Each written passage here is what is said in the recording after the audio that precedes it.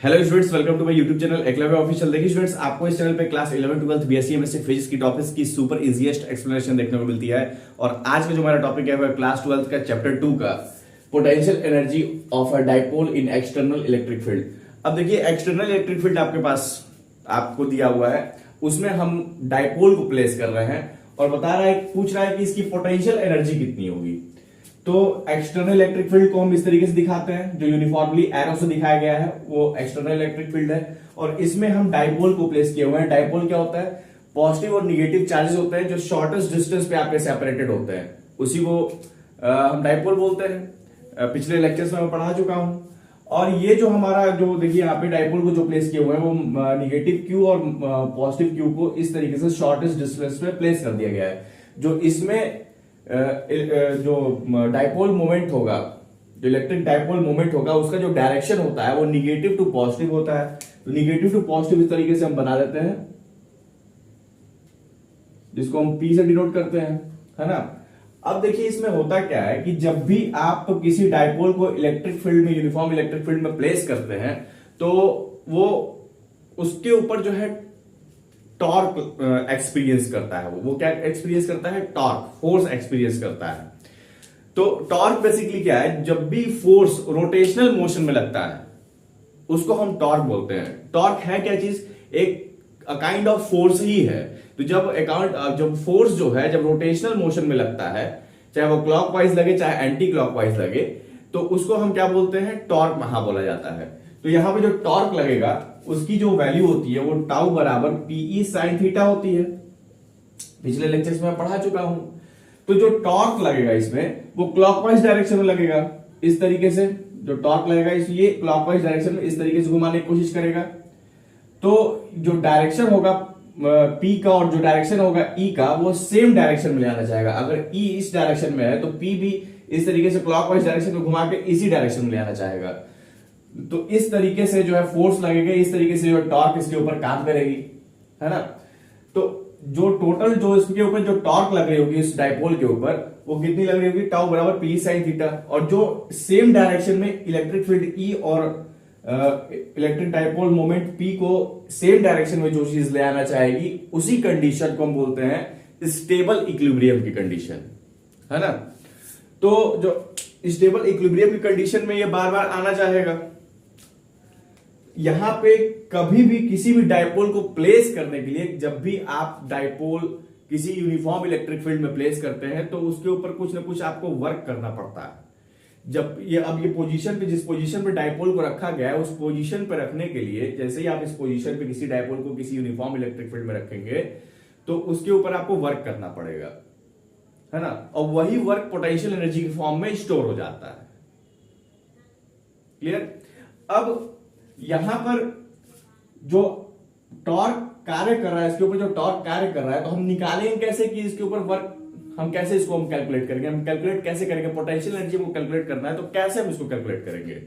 तो इसको कैलकुलेट करने के लिए हम क्या करेंगे? इसके एंटी क्लॉकवाइज डायरेक्शन में हम कुछ फोर्स लगाएंगे। जैसे ये क्या कर रहा है? क्लॉकवाइज डायरेक्शन में फोर्स लगा रहा है, टॉर्क क्लॉकवाइज डायरेक्शन में लग रहा है। लेकिन हम क्या करेंगे? इसके ऊपर इसको वर्क कराएंगे। और वर्क कैसे कराएंगे? इसको एंटी क्लॉकवाइज डायरेक्शन में घुमाएंगे। और घुमाने के बाद एंटी क्लॉकवाइज डायरेक्शन में देखेंगे कितना वर्क आ रहा है। जितना वर्क आएगा वही पोटेंशियल एनर्जी के फॉर्म में स्टोर हो जाएगा, वही चेंज इन पोटेंशियल एनर्जी को बताएगा। तो कैसे ये हम निकालेंगे, कैसे ये कार्य होगा? तो हम क्या करेंगे? इसको हम कुछ एक्सटर्नल फोर्स लगाएंगे इसके ऊपर और इसको हम एंटी क्लॉकवाइज डायरेक्शन में घुमाना चाहेंगे। कुछ हम इसको एंटी क्लॉकवाइज डायरेक्शन में इसको घुमाना चाहेंगे। उसको हम थीटा बोल देते हैं कि थीटा एंगल पे इसको हम घुमा रहे हैं। तो जो भी इसके ऊपर हम टॉर्क लगाएंगे, मान लीजिए टाउ एक्सटर्नल लगाएंगे, तो उतना ही एक्सटर्नल फोर्स लगाएंगे, उतना ही टॉर्क लगाएंगे जितने में ये घूम जाए। तो हम मान लेते हैं कि टाउ के बराबर ही फोर्स लगा रहे हैं यहाँ पे, है ना। टाउ के बराबर ही फोर्स लगा रहे हैं, लगभग थोड़ा सा अधिक या उसी के लगभग लगा रहे हैं जितने में ये घूम जाए। ठीक है। अब ये जो टाउ बराबर पी साइन थीटा है, इसको हम कैसे यहाँ पे यूज करेंगे? वो यहाँ पे वर्क निकालना है। ये इस तरीके से घुमाए तो यहाँ पे वर्क करवाए। तो रोटेशनल मोशन में क्या फॉर्मूला होता है वर्क का? तो dw इज इक्वल टू क्या हो जाएगा? फोर्स इंटू डिस्प्लेसमेंट होता है, tau external into D theta, है ना। तो रोटेशनल मोशन में जो आपकी फोर्स होती है into its angular displacement, rotational motion का ये फॉर्मूला होता है टाउ इनटू डी थीटा कर देंगे। जैसे हम वो वाला का फॉर्मूला लगाते हैं डी डब्ल्यू बराबर F into D S, force into displacement, same वही है, बस ये रोटेशनल मोशन में है इसलिए एंगुलर डिस्प्लेसमेंट आ गया, डी थीटा आ गया यहाँ पे, है ना। तो टाउ एक्सटर्नल की टाउ की जो वैल्यू है, टाउ एक्सटर्नल टाउ के बराबर है, टाउ की वैल्यू पी साइन थीटा है। तो कितना टोटल वर्क हो रहा है, तो हम मान लेते हैं यहाँ पे जो वर्क यहाँ पे कराया जा रहा है वो एक एंगल से दूसरे एंगल के बीच में यानी θ1 से θ2 तक कराया जा रहा है, ये हम सपोज कर रहे हैं। भाई किसी एंगल पे कराया जाएगा तो θ1 से θ2 एंगल हम मान लेते हैं कि θ1 से θ2 एंगल तक ये वर्क कराया जा रहा है, तो टोटल वर्क θ1 से θ2 तक कितना होगा, तो उसके लिए हमको यहाँ पे इंटीग्रेट करना पड़ेगा। तो इंटीग्रेट जब हम करेंगे तो dw बराबर, अब ये θ1 से θ2 टाउ एक्सटर्नल, अब टाउ एक्सटर्नल की जगह पे ये वैल्यू रख देते हैं P sine theta, P sine theta, ठीक है, इंटू डी थीटा। अब पी को हम बाहर कर लेते हैं डी डब्ल्यू, अब देखिए डी डब्ल्यू को इसको हम लिख सकते हैं W12, θ1 से लेकर θ2 तक करा रहे हैं इसलिए W12 यहाँ पे हमने नाम दे दिया है, इज इक्वल टू पीई, ये हो जाएगा θ1 से θ2 साइन थीटा डी थीटा। अब ये साइन थीटा का इंटीग्रेशन क्या होता है, माइनस कॉस थीटा, तो W12 इज इक्वल टू, अब ये साइन थीटा का माइनस कॉस थीटा, तो माइनस को बाहर कर दे रहे हैं पीई, और ये कॉस थीटा को हम अंदर ही रख रहे हैं θ1 से θ2 तक। अब ये क्या हो जाएगा W12 is equal to minus PE, ये हो जाएगा cos θ2 upper limit minus lower limit हो जाएगा। तो ये जो हमारा क्या आ रहा है, ये हमारा ये वर्क आ रहा है, जो वर्क हम कर रहे हैं, जैसे ये एंटी क्लॉकवाइज डायरेक्शन में इसको घुमा रहा है तो इतना वर्क निकल करके θ1 से θ2 के बीच में आ रहा है। और यही अब देखिए θ2 माइनस θ1 मतलब ये चेंज इन पोटेंशियल एनर्जी को बता रहा है, ये क्या बता रहा है, चेंज इन पोटेंशियल एनर्जी को बता रहा है। तो कितना वर्क होगा यहां से ये भी निकाल सकते हैं इस फॉर्मूले से, या फिर आप यहां पे ऐसे भी लिख सकते हैं, चेंज इन पोटेंशियल एनर्जी को मतलब U2 माइनस U1 भी यहां पे लिख सकते हैं, ये चेंज इन पोटेंशियल एनर्जी को भी करेस्पॉन्ड कर रहा है। तो U2 माइनस U1 बराबर इतना कह दीजिए या W12 बराबर इतना कह दीजिए, तो जो भी आपका यहाँ पे वर्क हो रहा होगा वो चेंज इन पोटेंशियल एनर्जी के बराबर यहाँ पे आ रहा होगा। बात समझ में आ रही है। तो ये आपके हो गया, ये आपका ये फॉर्मूला निकला, इस पे आपका न्यूमेरिकल्स पूछे जाते हैं बेटा, इस पे आपके न्यूमेरिकल्स आते हैं एग्जाम में, चाहे वो वर्क के फॉर्म में दे दे, चाहे चेंज पूछ ले या चेंज इन पोटेंशियल एनर्जी के फॉर्म में पूछ ले। तो यही आपको याद रखना है, U2 माइनस U1 बराबर W12 is equal to minus P cos θ2 minus cos θ1, ये आपका फॉर्मूला इंपॉर्टेंट फॉर्मूला निकला है, ठीक है। अब जो है हम यहाँ पे बात करते हैं, कुछ आपके केसेस है यहाँ पे, कुछ स्पेशल केसेस है, उसके बारे में अब हम बात करते हैं। तो देखिए स्टूडेंट्स, जो हमारा स्पेशल केस है उसको जानने से पहले कुछ हम कंसीडर करते हैं। मान लीजिए यहाँ पे अगर हमको किसी थीटा एंगल पे इस डायपोल की पोटेंशियल एनर्जी निकालनी है तो हम कैसे निकालेंगे। तो थीटा एंगल पे डायपोल की पोटेंशियल एनर्जी मैं बात कर रहा हूं कि किसी एक पर्टिकुलर थीटा एंगल पे डायपोल की पोटेंशियल एनर्जी निकालनी है तो कैसे निकाला जाएगा। तो यहीं से अगर हम देखें, यहां से अगर कंपेयर करें, इस माइनस पी को अंदर अगर मल्टीप्लाई करें तो U2 minus U1 is equal to minus PE cos θ2 minus minus PE cos θ1। अगर ये इक्वेशन जब आप देखिए, अगर इस इक्वेशन को आप देखिए, अगर इसको अलग अलग कंपेयर किया जाए तो आप ये देख सकते हैं कि U2 के बराबर ये वैल्यू हो जाएगी, U1 के बराबर ये वैल्यू हो जाएगी। यानी अगर हम यहाँ पे नॉर्मली कंपेयर करके देखें, नॉर्मली मैं कंपेयर कर रहा हूं तो U2 की is equal to minus PE cos θ2 हो जाएगी और U1 की वैल्यू क्या हो जाएगी, माइनस पीई कॉस θ1 हो जाएगी। तो इन जनरल हम लिख सकते हैं इस तरीके से, इन जनरल लिख सकते हैं, इस देखिए तो इस तरीके से U थीटा की जो वैल्यू होगी PE minus PE cos theta लिखा जा सकता है यहां से in general form.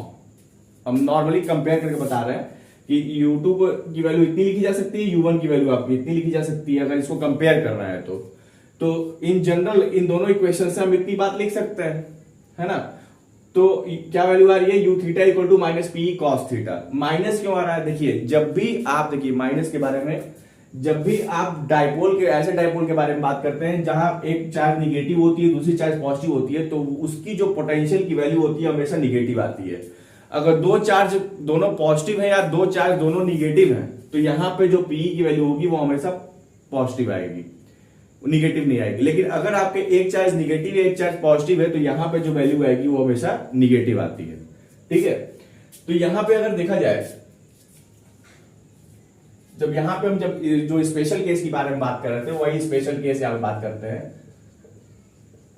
Special case, अब देखिए स्पेशल केस कौन सा, वो केस जो टॉर्क क्या कर रहा है, क्लॉकवाइज डायरेक्शन में डाइपोल को ले जा रहा है और उसी डायरेक्शन में ले जा रहा है जिस डायरेक्शन में इलेक्ट्रिक फील्ड है, यानी इलेक्ट्रिक फील्ड का डायरेक्शन और डाइपोल का डायरेक्शन, जो इलेक्ट्रिक डाइपोल मोमेंट है उसका डायरेक्शन दोनों आपका जब एक ही डायरेक्शन में होगा तो थीटा की वैल्यू क्या होगी, जीरो हो जाएगी।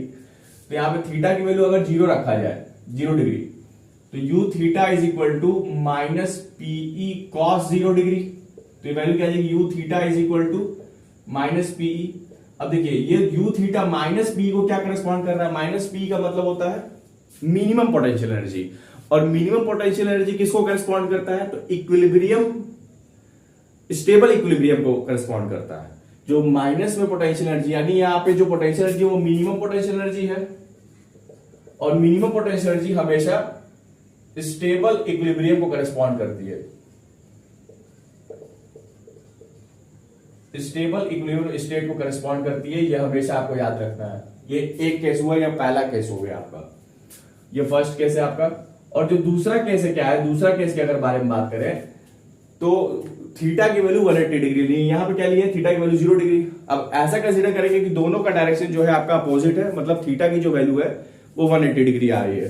जब अगर ये थीटा की वैल्यू 180 डिग्री है, अगर ये थीटा की वैल्यू 180 डिग्री है तो क्या हो जाएगा बेटा, तो यहां पर रखिए थीटा की वैल्यू 180 डिग्री, तो 1 cos 180 डिग्री की वैल्यू -1 होती है। तो यहां पे अगर रखे हैं तो यू थीटा हो जाएगा is equal to minus PE, और cos 180 डिग्री तो U theta is equal to, ये -1 वैल्यू होती है तो माइनस पीई इंटू -1।